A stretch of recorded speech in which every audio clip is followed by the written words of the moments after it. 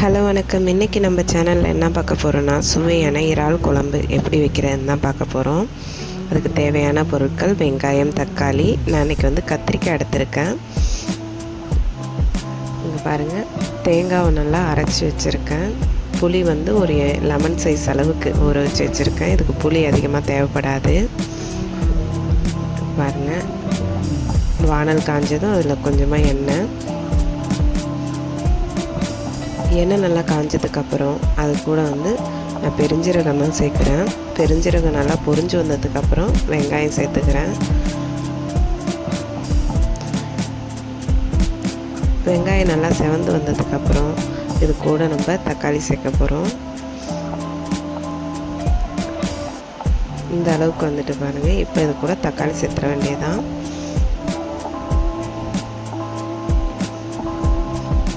இறால் குழம்புல நம்ம முருங்கைக்காய் போட்டு செஞ்சோன்னா இன்னும் டேஸ்ட்டு சூப்பராக இருக்கும். அவரைக்காவும் சேர்த்து நம்ம செய்யலாம், உருளைக்கிழங்கும் சேர்த்து செய்யலாம். நான் இன்றைக்கி உருளைக்கிழங்கு ஒரு 5-6 பீஸ் சேர்த்துருக்கேன்.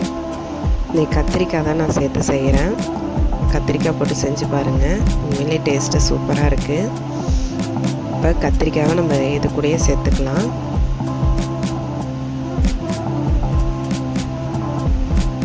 கத்திரிக்காயும் நல்லா அந்த எண்ணெயில் வதங்கி வரணும்.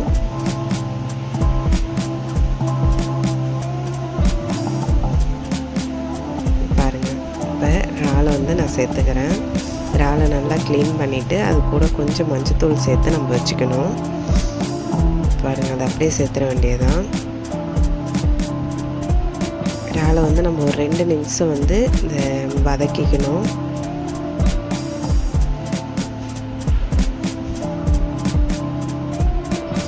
இந்த டைமில் புளியை கரைச்சிக்க வேண்டியதான்.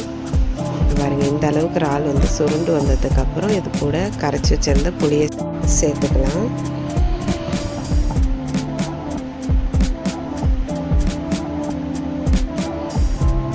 புளியை சேர்த்ததுக்கப்புறம் குழம்பு மிளகாத்தூள் தான் நான் சேர்த்துருக்கேன். நீங்கள் தனி மிளகாத்தூள் வேணாலும் சேர்த்துக்கலாம். குழம்புக்கு தேவையான அளவுக்கு உப்பு சேர்த்துக்கிறேன். குழம்பு நல்லா கொதித்து வரணும்.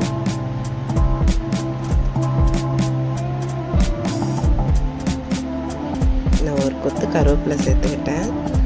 பாருங்கள், குழம்பு கொதித்து வந்ததுக்கப்புறம் நம்ம தேங்காவை ஊற்றிட வேண்டியதான்.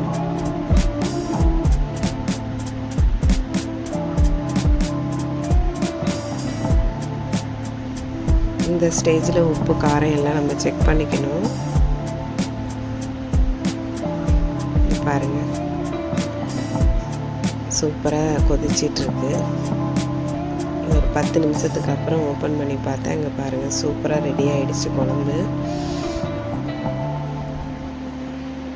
டேஸ்ட்டுமே சூப்பராக இருந்தது. நீங்களும் கண்டிப்பாக ட்ரை பண்ணி பாருங்கள்.